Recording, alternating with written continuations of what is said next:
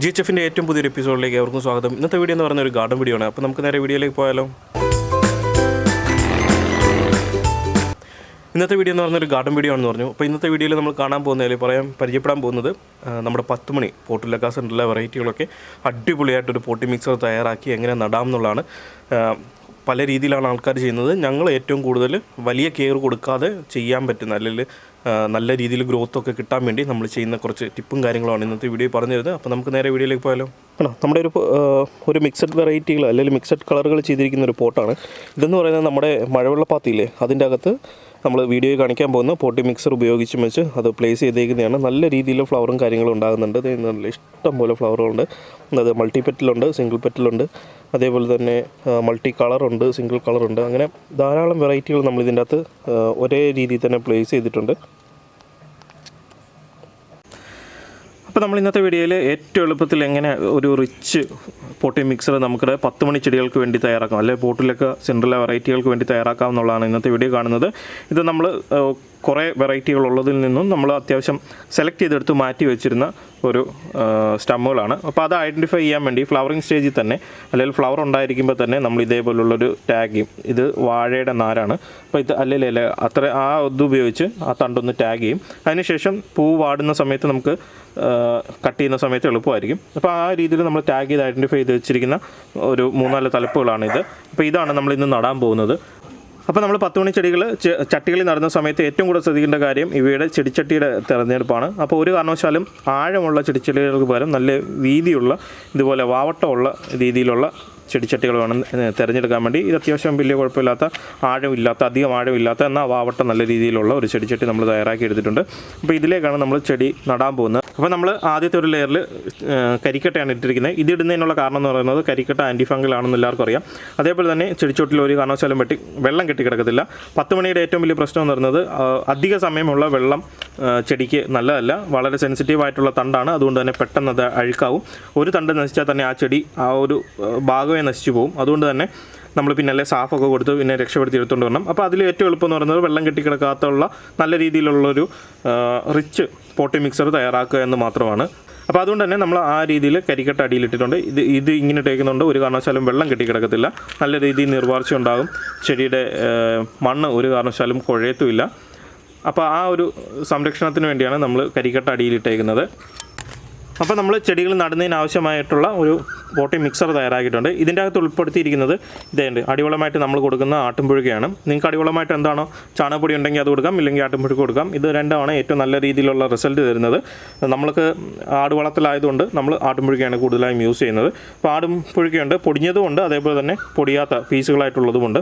അതേപോലെ ഇതിൻ്റെ അകത്തേക്ക് ഗാർഡൻ സോയിലും മണലും കൂടി 1:1 എന്നുള്ള മിക്സറിലാണ് നമ്മൾ എടുത്തിരിക്കുന്നത്. അപ്പോൾ അവ രണ്ടും എടുത്ത് അതിലേക്ക് ഒരു സെയിം അളവിൽ തന്നെ നമ്മുടെ ആട്ടുംപുഴുക അടിവളവും ഏതാണോ അതുകൂടി കൊടുത്തിട്ടുണ്ട്. അപ്പോൾ അങ്ങനെ കൊടുക്കുന്ന വഴി നല്ല രീതിയിലുള്ള മണ്ണിന് നല്ല രീതിയിലുള്ള ഇളക്കം കിട്ടും. ഒരു കാരണവശാലും ഉറച്ച് കിടക്കത്തില്ല, തറയത്തില്ല. ചെടിയുടെ വേരോട്ടം നല്ല രീതിയിലുണ്ടാകും. 10 മണിക്ക് വേരോട്ടം നല്ല രീതിയിലുണ്ടായാൽ മാത്രമാണ് ചെടി നല്ല രീതിയിലുള്ള ഗ്രോത്ത് കാണിക്കുന്നത്. അപ്പോൾ അങ്ങനെ ഉള്ള എല്ലാ പോസിബിലിറ്റീസും അല്ലെങ്കിൽ എല്ലാ വളർച്ച ഘടകങ്ങളും ഒരേ രീതിയിൽ സാറ്റിസ്ഫൈ ചെയ്യുന്ന ഒരു പോട്ടിംഗ് സോയിലാണ് അല്ലെങ്കിൽ പോട്ടിംഗ് മിക്സറാണ് ഈ ഒരു രീതിയിലുള്ള മണ്ണെന്ന് പറയുന്നത്. അപ്പോൾ ഇതെടുത്തതിന് ശേഷം നമുക്ക് നമ്മുടെ പോട്ട് നിറയ്ക്കാവുന്നതാണ്. പോട്ട് നിറച്ചതിന് ശേഷം എല്ലാവർക്കും അറിയാവുന്ന പോലെ തണ്ട് കളക്ട് ചെയ്യുക, നടുക. അത്രയുള്ള പരിപാടി എന്ന് പറയുന്നത് ഇതുണ്ടല്ലേ. അതേപോലെ നമ്മൾ പോട്ട് നിറയ്ക്കുന്ന സമയത്ത് ഓവറായിട്ട് നമ്മൾ നിറയ്ക്കേണ്ട ആവശ്യമില്ല. ഒരു 3/4 ഭാഗത്തോളം നിറച്ചതിന് ശേഷം നമുക്കതിലേക്ക് തണ്ടുകൾ നടാവുന്നതാണ്. എങ്കിൽ മാത്രമേ നമ്മുടെ ആ പോട്ടിലേക്ക് ഒരു വട്ടത്തിൽ അല്ലെങ്കിൽ ആ പോട്ടിൻ്റെ ഒരു ഷേപ്പിൽ നല്ല രീതിയിൽ ഷോയിൽ ചെടികൾ നിൽക്കുകയുള്ളൂ. അപ്പോൾ നമുക്ക് തണ്ടുകൾ നടാം. അപ്പോൾ ഇത് നമ്മൾ സെലക്ട് ചെയ്ത തണ്ടുകളാണ്. അത് ഒത്തിരി ലെങ്ത് ഒന്നും വേണ്ട. ഇതേ രീതിയിൽ നമുക്ക് ആ നെല്ലിൽ ട്രിം ചെയ്തിട്ട് പല കഷ്ണങ്ങളാക്കി നമുക്ക് നടാവുന്നതാണ്.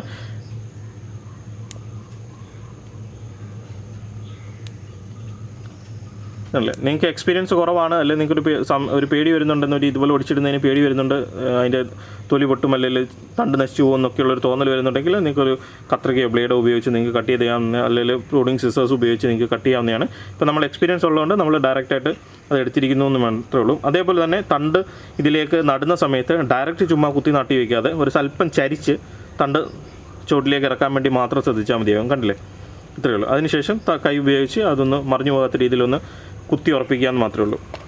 അപ്പോൾ തന്നെ നമ്മളങ്ങനെ രണ്ടാമത്തെ പോട്ടും സെറ്റ് ചെയ്തിട്ടുണ്ട്. അത് തണ്ട് നട്ടിട്ടുണ്ട്.